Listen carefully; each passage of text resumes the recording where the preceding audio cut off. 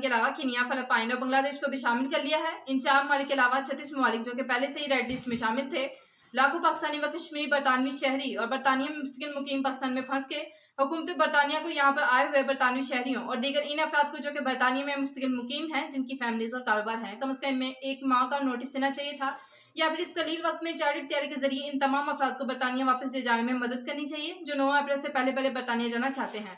बरतानिया से आए हुए अफराद हुकूमत बरतानिया के इस फैसले पर नहायत अफसरदा नजर आते हैं और वो वापस जाने के लिए मुख्तलिफ एयरलाइंस को फोन कॉल्स कर रहे हैं। ट्रैवल एजेंसियों में रश पड़ने लगा। अगले 1 माह तक किसी भी एयरलाइन की किसी भी क्लास में टिकट दस्तियाब नहीं है। रिपोर्ट के मुताबिक सफरी पाबंदियों की रेड लिस्ट में शामिल ममालिक से सिर्फ बरतानवी और आयरिश शहरियों को मुल्क में दाखिले की इजाजत होगी।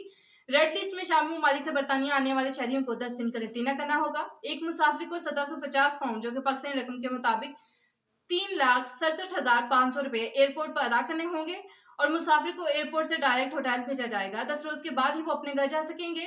अगर किसी मुसाफिर ने दौरान आइसोलेट कानून की खिलाफ वर्जी की तो 10,000 पाउंड जो जुर्माना अदा करना होगा जो कि पाकिस्तानी रकम के मुताबिक 21 लाख बनते हैं। नाज़रीन, लम्हा ब लम्हा आपको बाखबर रखने के लिए कोशिश है। मजीद अपडेट्स के लिए देखते रहिए अंडरग्राउंड न्यूज।